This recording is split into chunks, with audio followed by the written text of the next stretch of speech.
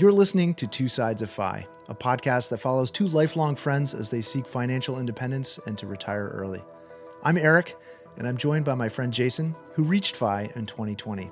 And this is our story. Jason here with Two Sides of FI. We have a guest joining us in this episode who we met in a fire-themed server on Discord and wanted to share her story here. A few notes before we jump into it. This is a great example of the diverse reasons why people choose FI. As you'll learn, family health issues set Catherine on her path, largely as a means to ensure her financial security should she encounter issues of her own as she ages. Catherine is 25 years old and is a full-time traveling medical professional in the Northeast U.S. So, Catherine, welcome. Thank you so much for your time. To the extent that you're comfortable talking about it, I want to learn your backstory. Like Jason and I, we started off the early episodes just kind of presenting where we came from, how this kind of financial awakening happened for me, how Jason kind of found fire. It'd be nice to paint the picture of the behind the scenes, like family, if you're willing to talk about it, the operating system that was kind of installed in you personally for me. I grew up in a house that didn't have a lot of means, and so that kind of shaped some of the decisions moving forward. I'd like to hear you talk about your background. Okay, I will go and start with a story to kind of describe the area that I grew up in. I was a part of an internship when I was 17, when I graduated high school. It was with Wells Fargo Bank, and they went and they chose a bunch of people who were really committed to community service. And they wanted to go and pair them up with local nonprofits to go and spread our knowledge, our drive to deserving people in our local community. So they paired me up with a Boys and Girls Club. But what they also did was they sent us to, a conference in Washington, D.C. So there were only 250 of us chosen.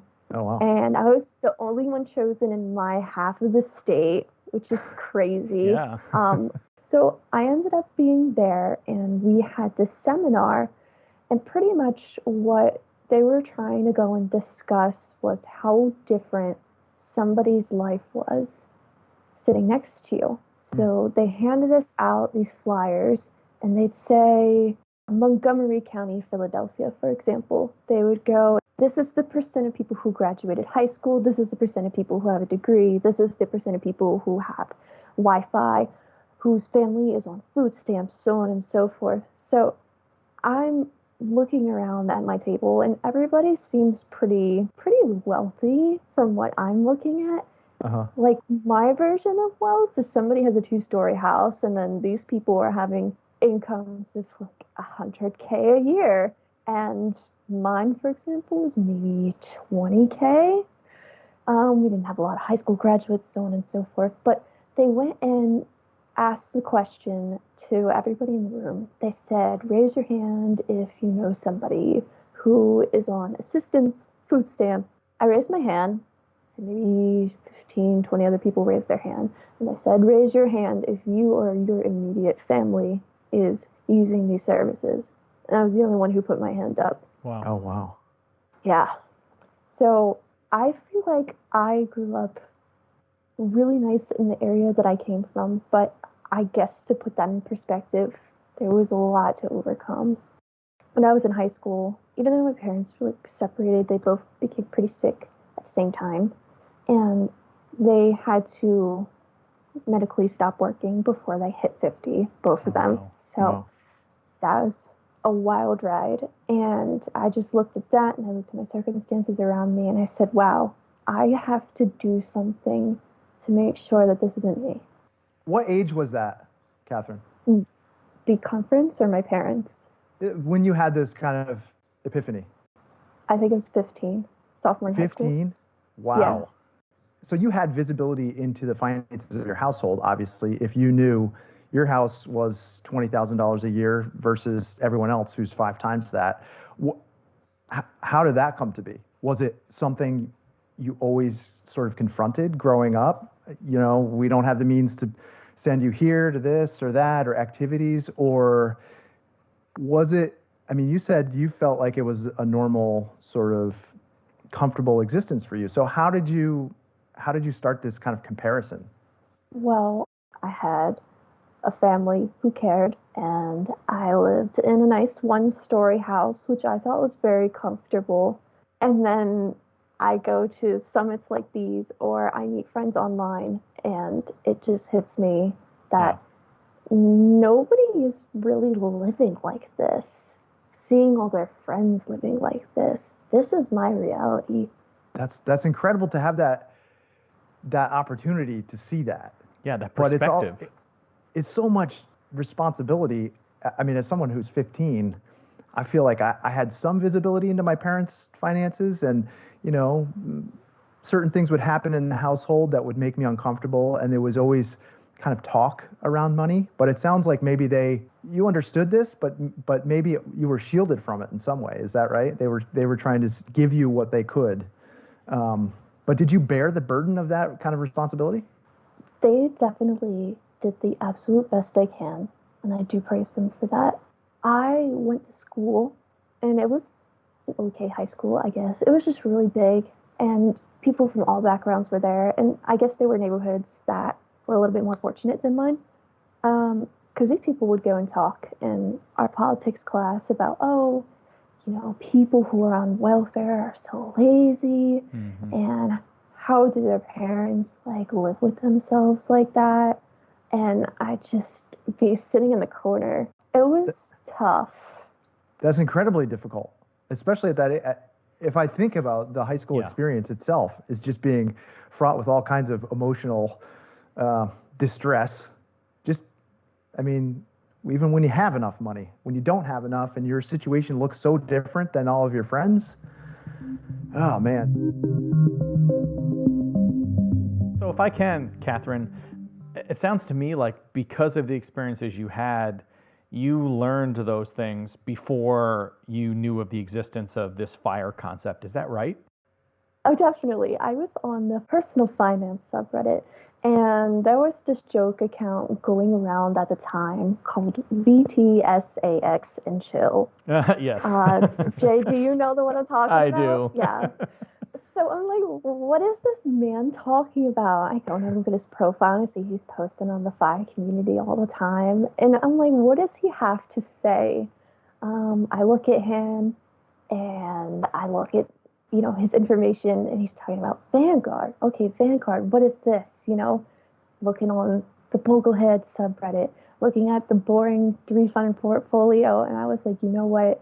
I am not a daytime stock trader. But let me see how this little boring distribution goes. The best I can do with the money at my, job, and coming up with my own individual IRA. Oh my God! I thought I was a genius for that one. That's an amazing feeling, isn't it? Absolutely. Well, you were a that's genius how compared to us, who took a lot Right, longer totally. than you did to come to this point. So good on You're you. winning.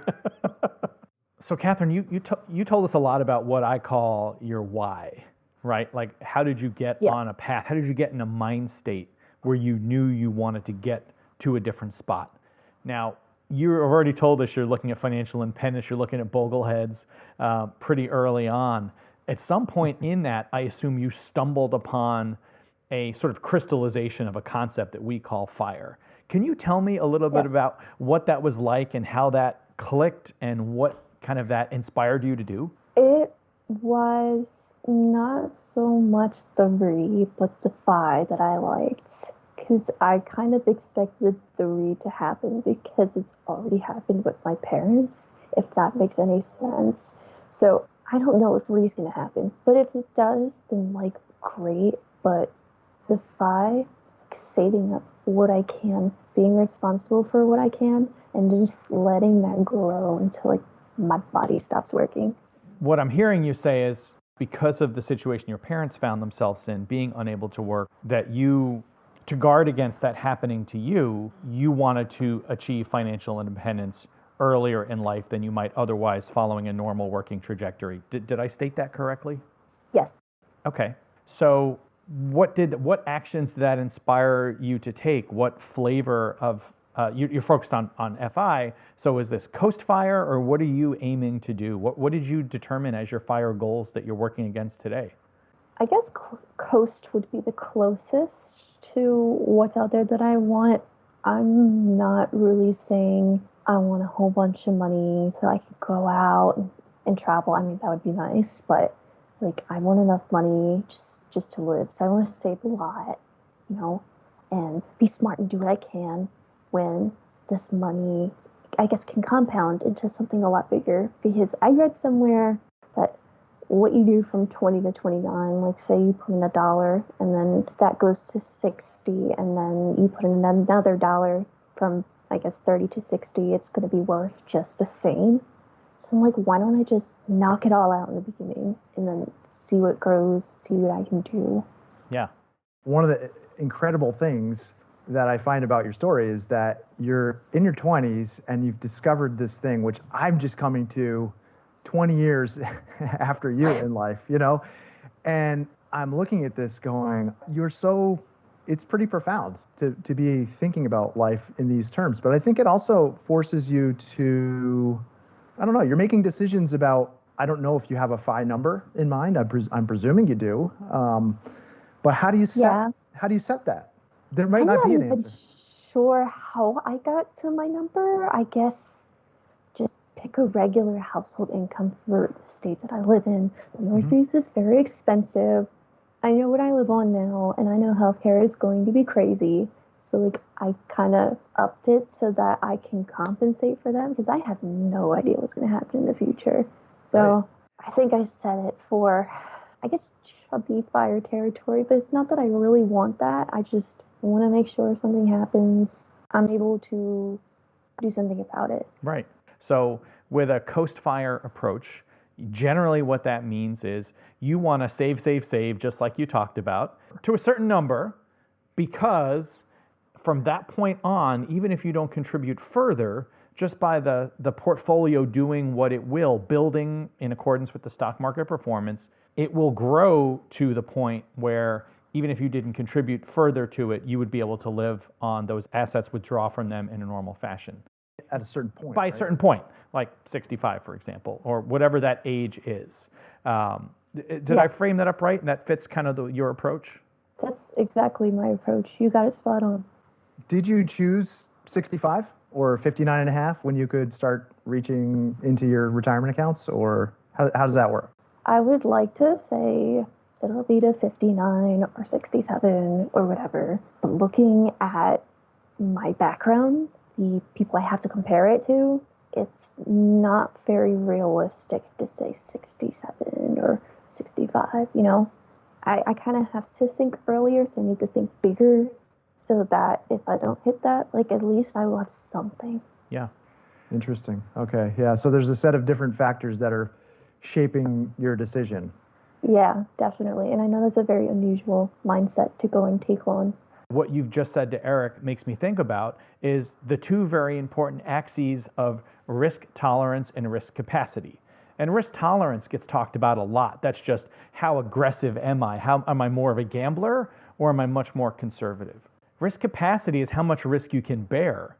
And that's driven by so many things about our individual circumstances. So your risk capacity is lower based on the things that you are thinking about, the things that your family has experienced from a health and well-being perspective. And that makes perfect sense to me that you would be thinking about it differently. It's so wonderful for us to get the chance to talk to somebody early in their FIRE journey, because Eric and I are sitting here on these old episodes and you're watching me struggle to remember what I was thinking when I was in my early 20s, which again is 25 years ago plus. And I can get it sort of right, but I'm still retelling. And I know how much my number changed over time. I knew how much my projected, desired, hopeful target retirement date changed over time. So what you're talking about, this uncertainty, it doesn't need to be excused. It's completely normal. Totally normal. We're catching you early on this curve, and it's just great that people watching this show get the chance to see someone going through this early questioning and decision making. Honestly, I think you're so much more, like, your mind is so much more together on this than mine was at a similar age. That's to be commended, not like questioned. First of all, thank you very much. And your second point about the whole, I guess, me having a lower risk tolerance, is that what you said? Lower risk capacity. Like Eric and I being so no bonds, right? I thought, wow, I am just so risky. And now you're throwing this in my face, and I'm sitting here processing something that I never really thought of. Like, I didn't even combine those two together. It never occurred to me that both of them have to do with risk until you mentioned it. I tell you, man, I'm still learning something every single day about financial well-being, about personal finance. Like, it never stops.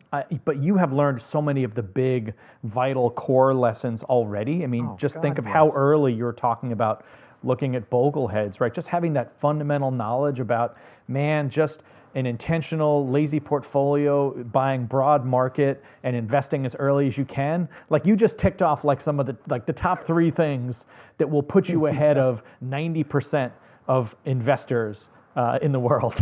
So give yourself a little more credit.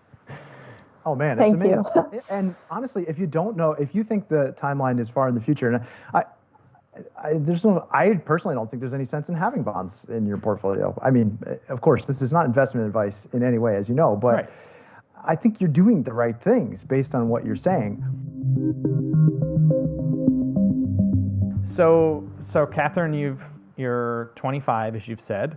And you went to college, so that means you've probably got 4 or 5 years of post-college professional work experience at this point? 3. Okay, 3. Jason can't do math today. Portfolio? Is your focus presently all retirement savings, Roth IRA? Tell us a little bit about what your saving strategy is at the moment. Strategy? I just kind of throw as much as I can. I recently started this travel job. Let me put that out there. And Please. The pay structure is a completely different animal. We get, stipends, as you may or may not know, tax-free income. They'll give you a place to live while you go and you travel and you do this work for the hospital. Oh. Let's just say they give you, $3,000 a month and your rent is $1,500. You have $1,500 in your hand to do nothing with for a whole month. So you put that in a savings account, put it in a taxable. Like, I've never had that much, I guess, to either focus on housing with or save money with. Right. So I guess this is new to me. I guess just shove everything into accounts and see what happens. So you're loading up pre-tax first? This is... Yes.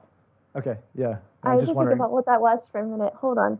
Because I switched from a 403 to a 401, and I'm like, is he even talking about that or the IRA? No, you're talking about both. Okay. Yeah, sort of pre-tax contributions to traditional retirement accounts, whether that's 403B, right. Any of those. Yeah, but it sounds like you also have some taxable accounts too, right?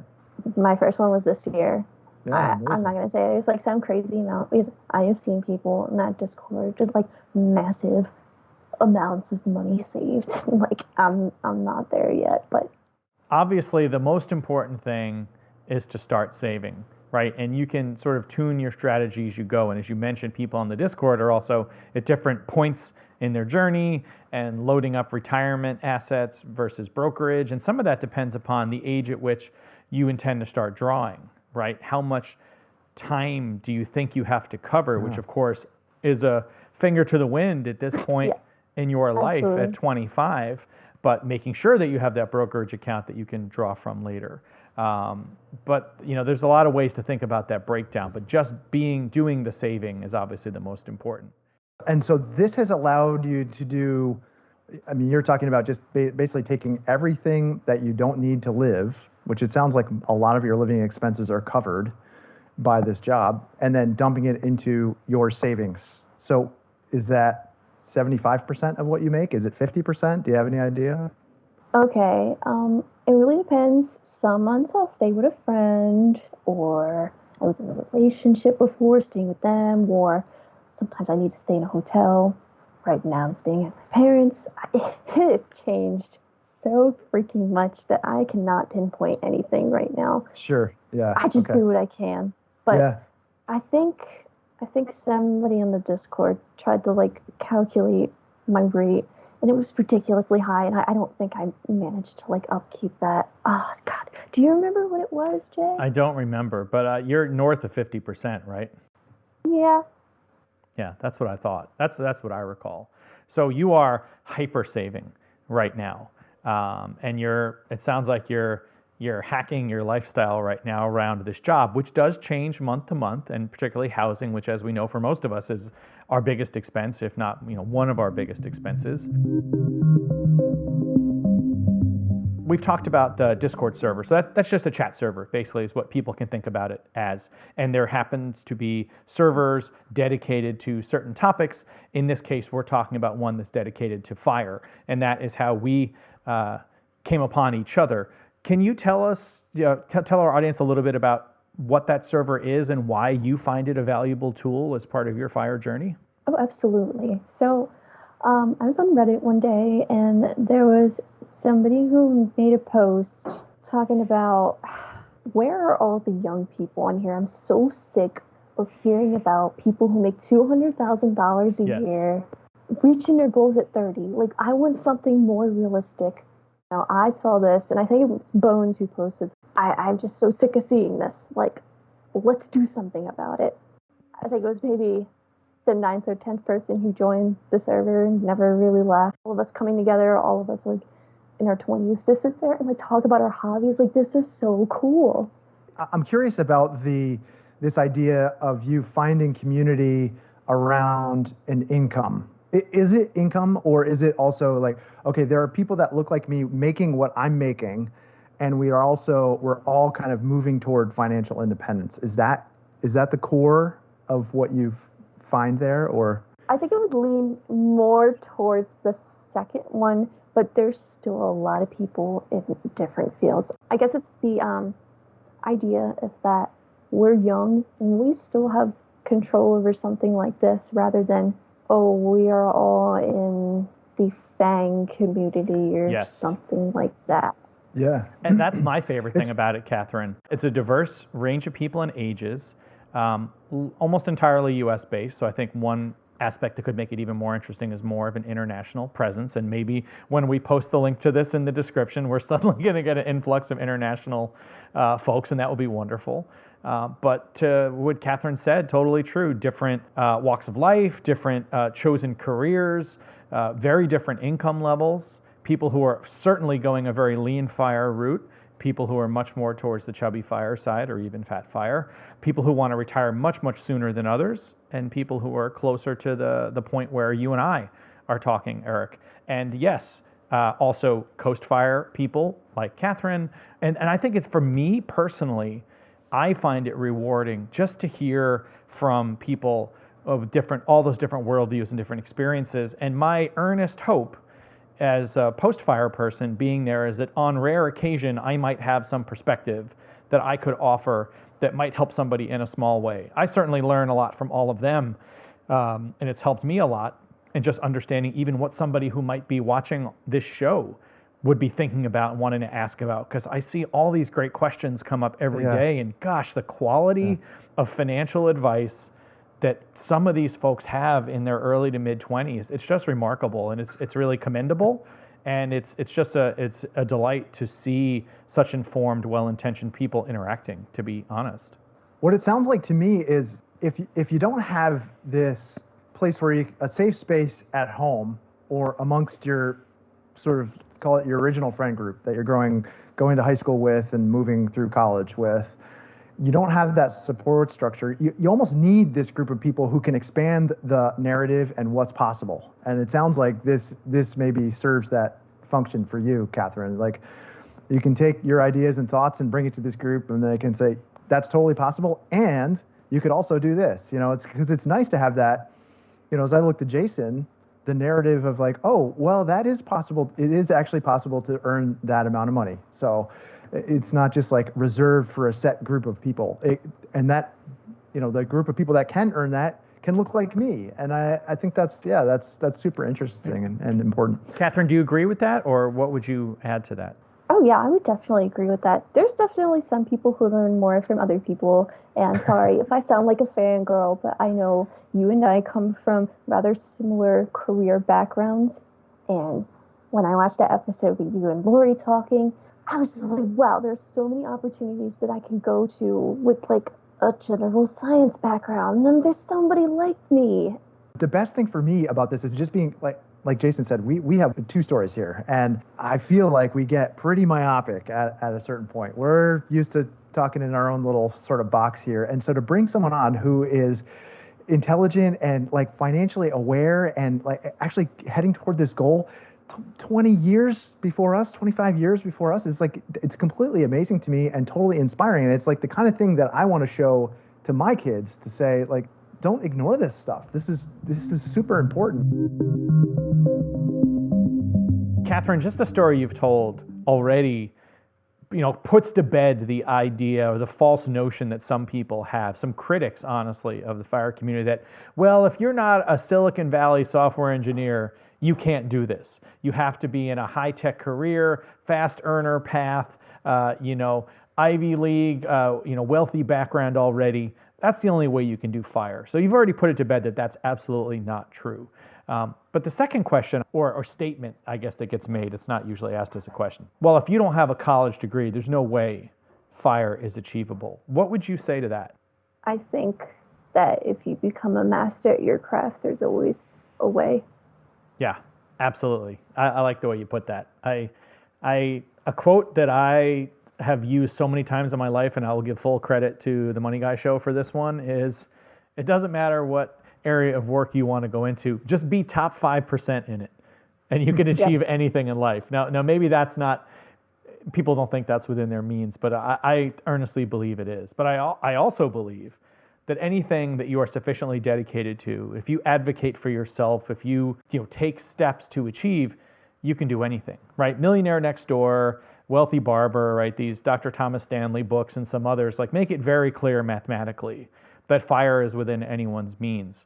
The age at which you can achieve it and the lifestyle that you want to have post financial independence absolutely determines what those numbers look like. But I earnestly believe, and have seen many examples of people on the Discord server and elsewhere, that show it's achievable for anyone. It's a choice. It's a valid lifestyle choice like any other you would make, including working until 72 years old. Whatever your choice is, that's a path that I believe is achievable for anybody. Do you have any way of talking about what you're making? Because as Jason makes the point, anybody can do this on any salary. It's kind of nice to have some guardrails. When I was at my first job, I purposely did the job so I worked the hours nobody wanted to work. I worked the holidays, the nights, the weekends. And that came at a really pretty penny. Really amazing, great money.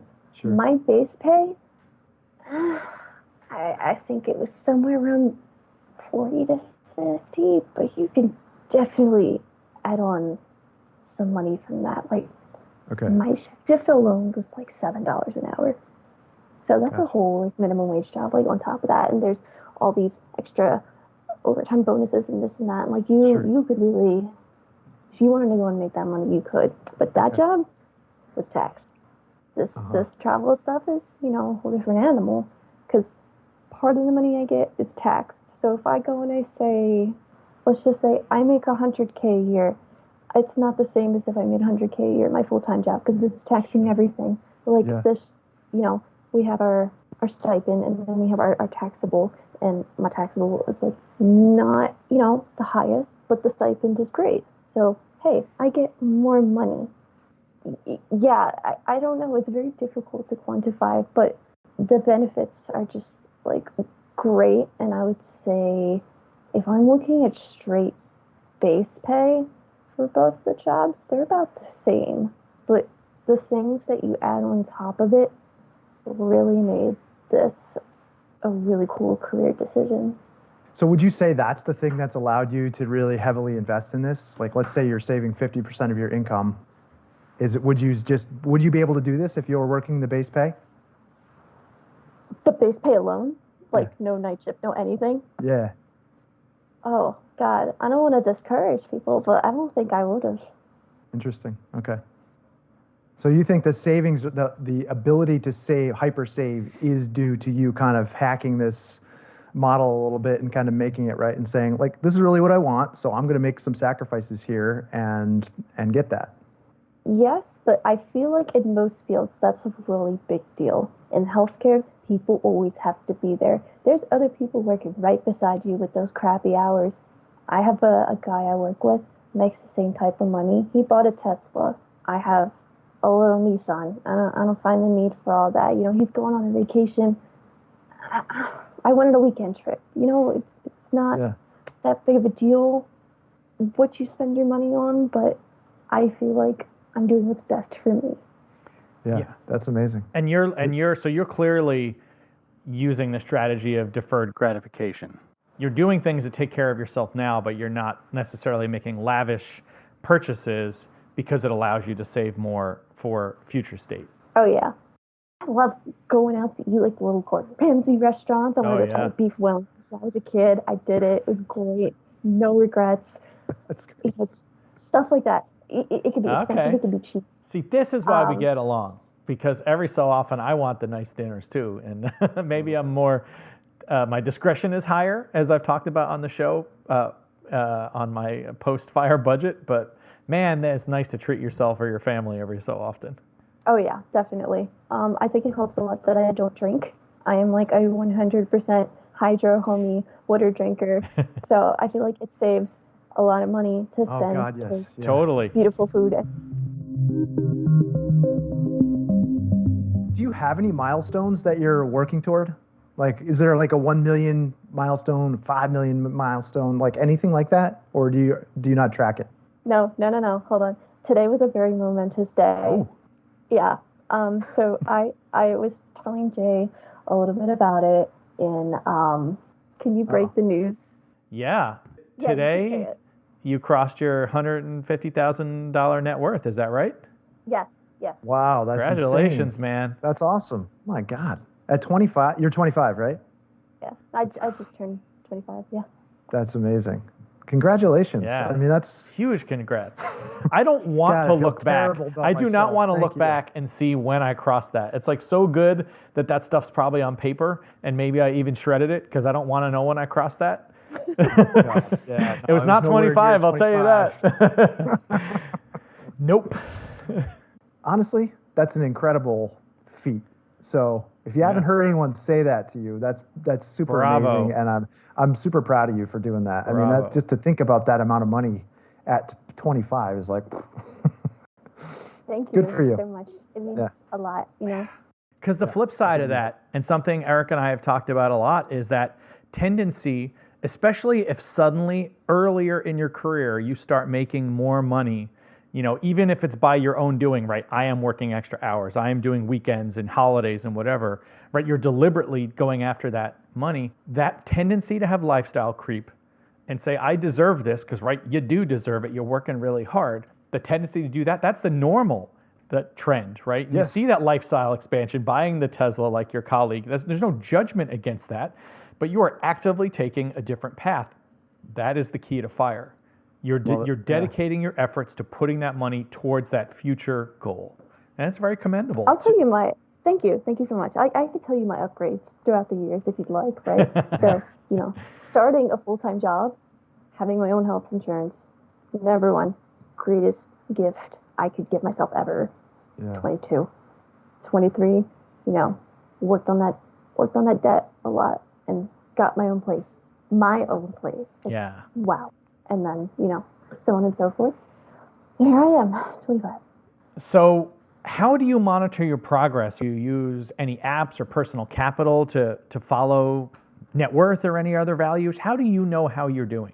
I am a big fan of personal capital. I started using it somewhat recently, and I think it really gives a good financial picture so you know what you're doing and where your money's going.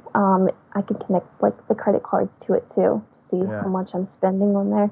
I love that because I hate logging into those apps. I don't know, they are just the bane of my existence. So going on the app and saying, hey, I actually owe money on this credit card this month, better go pay that, super helpful. Yeah. But I also use a spreadsheet. We have an absolute spreadsheet master in our Discord. Yes, we and do. I love her to death. And she has helped me so much with the spreadsheet. Like, she got my number down to what I should be saving to the day, the literal day. Yeah, so the number changes every day because it's a little bit more, with inflation and age and so on and so forth. But this absolute angel helped me out with all of it because I suck at Excel, or should I say Google Sheets. But, she sat there and she worked with me, and my sheet, it isn't the best in the world. Like, hers is definitely, whew. Nobody's sheet looks like crazy. hers. No. It's got so many graphs and things, and it's totally built in Google Sheets, and it looks like a piece of financial software. Oh, jeez, yeah. Freaking crazy. Like, Eric, you need to see this one day. It's amazing. Oh, man. But they scare me. Mine's a cute little table and a graph, and I like little rainbows, so I go and I put little rainbows in mine. I think it's cute. I like it. Totally. So you are nomadic now. Do you ever see that changing? And I'm thinking in the terms of like big purchases, like will you ever want a house? Or does this nomadic lifestyle just perfectly fit you and you think here to eternity, that's what it will be? I don't know off the top of my head, but my friend, my best friend, is getting a place kind of close to his job that has really nice access to highways. And he's like, I can make it a 2-bedroom if you want, just if you want to stay with me, you can do that. I like having the option, but I like having the option to go elsewhere if I want to. Yeah. What do you call that? Well, I think you don't want to own a house. I mean, because if I think about the big purchases I've made in my life, a house is tops. So if I'm thinking about saving for a house, for example, that's another big financial commitment on the ledger sheet. And it sounds like that's not of interest to you necessarily. And you found a great way to make a living being a nomad in a way, right? So why change it? But I wonder if that idea would change over time. My best friend brought this up maybe a couple weeks ago. He was like, Catherine, I want to own a house. I'm going to the bank and I'm going to figure this out. And now he's like, yeah, you can rent for me, or you can just own this house together, no big deal. And I'm just like, what? I never really thought, I was always such a big, you put down the 20% and you have to have all this extra money for all this extra stuff. And my friend is just going in head first. And he's like, come with me. The opportunity never really crossed my mind until he kind of forced it in there. Yeah. So yeah, that's another one of my existential crises right now. Yeah, it's big. I mean, it's something big to consider for sure, but it's kind of cool that you have a friend who's willing to explore the options with you, because I hadn't actually thought of, that I would go in on a house with someone else. I just always thought, it's all my responsibility if I want to do that. And that's a big chunk of money, as you know. Condos are not that bad. Mm-hmm. So I think that's the avenue my friend wants to go on. And I'll say, $50K, around that cost for like a 2-bedroom, something really nice. And I didn't know those options existed, like in the Northeast. Like, this is crazy. So I don't know. I hope they get their lives together, but if they want me to join, like, I don't know if I'm going to be able to find something like that again. Right. Yeah. Yeah. So that definitely leaves me with a lot of choices, even if I don't like contribute all of that with my friend. Like, I could just rent from them. I don't know. Yeah. It's another option. Lots of choices. If I think back to when I was in my 20s, like having options was more valuable than anything else. And when you buy a house, you limit your options. Yeah, so you at least want to have thought through it all the way. It's not to say buying a house is a bad option, but right, you're just saying, like, be thoughtful, right? You when the time is right, it's a totally valid choice. But having options is its own kind of freedom. Yeah, owning a house limits your options for sure. Yeah, it does. It No does. matter what. Yeah, good, bad, but indifferent. Catherine, a very different kind of question here, if I can. All right, let's go. We've got a diverse audience who watches this show, but a very large segment of it are people between 20 and 25, 25 and 30, who are either just starting to explore fire, their comments will suggest they've just discovered it and they want to learn more about it, or they're just getting on the path. Everyone's situation, of course, is different. I'm not asking you to give financial advice, but for somebody interested in this path, what would you say can help them get started, or what kind of thoughts would you throw out there? A thought I would throw out there. I have two. Well, number one, we went and we mentioned the milestone, right? I have only been at this for 2 years. Amazing. That's it. So you know what? It can be done.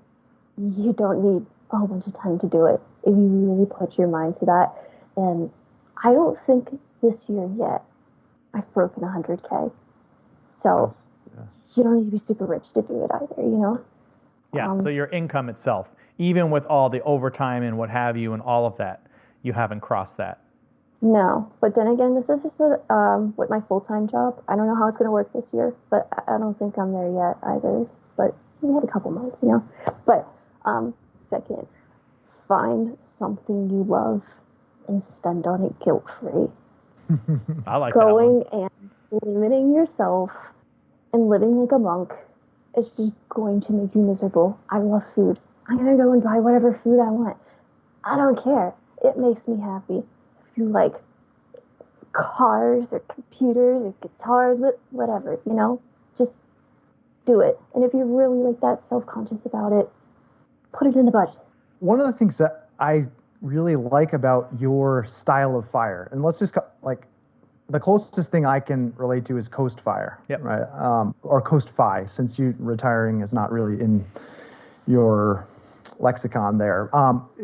When I think about that, as compared with me discovering fire just a couple of years ago, and I'm on this accelerated path, like, oh, I gotta get here.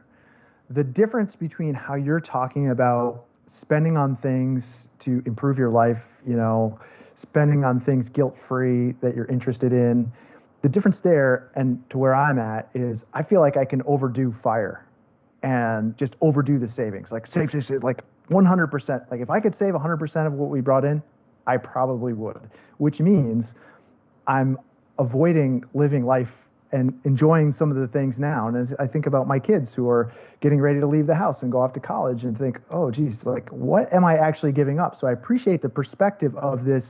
You've got a goal, you're headed toward a goal, you're saving aggressively, but you're also remembering to enjoy life. And I love having that perspective. Well, thank you Totally. so much for praising that. If I think about, you're looking for people probably on this path that you're on to relate to. What can you give to that person who's in a similar position? Like they're looking at you and saying, like, much like you looked at Jason and said, hey, I could be that. How can someone who's younger than you by 10 years look up to you and say, I want to do that? What can you tell that person?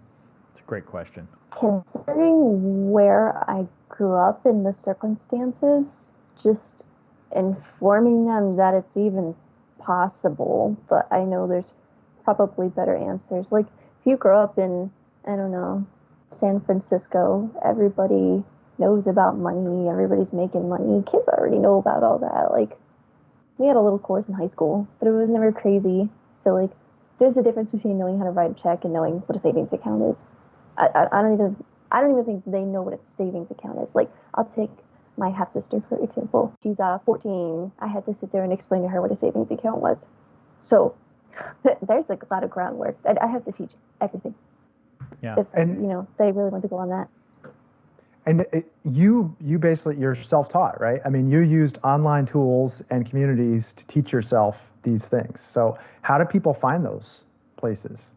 How did I even stumble upon it myself? I think it was the way that my values were, that like I knew I needed to find a solution to that problem. But I don't know. I guess if they have that same like type of drive, they could. But mine was more out of necessity.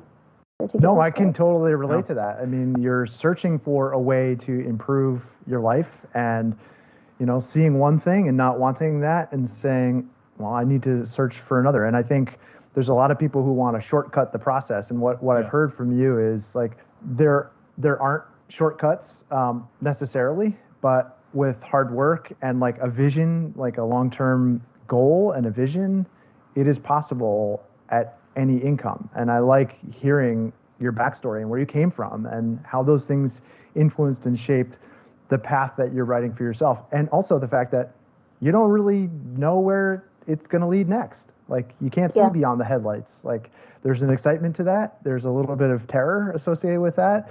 And I imagine, given your personality and just getting to know you here, that you're going to continue to do this same level of research and critical thinking as it applies to whatever the next steps in your FI journey are. And it seems like you're tracking all the right metrics. So congratulations. Yeah, totally. Thank you so Echo much. all that. Well done. So Catherine, you were one of the sort of first people who I connected with and who was interested in coming on the show. And I just want to thank you for being so forthcoming with your story, your willingness to take your time. I mean, you have a difficult work schedule. You made yourself available.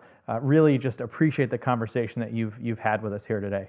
I couldn't have said it better. Yes, super thanks. Thank you from the bottom of my heart for being willing to come on camera and be forthcoming with all the details of what is a pretty amazing transformation and growth. And I look forward to seeing you take the next steps into your version of FI. And thank you for being willing to share a nice case study for other people looking to follow in your footsteps.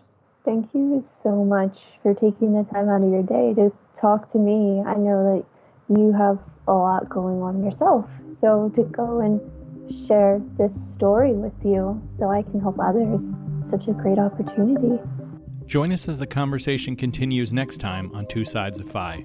If you've enjoyed the show, please consider rating it at Apple Podcasts or wherever you listen. For show notes, resources, and links to the video version, please check out our website at twosidesoffi.com.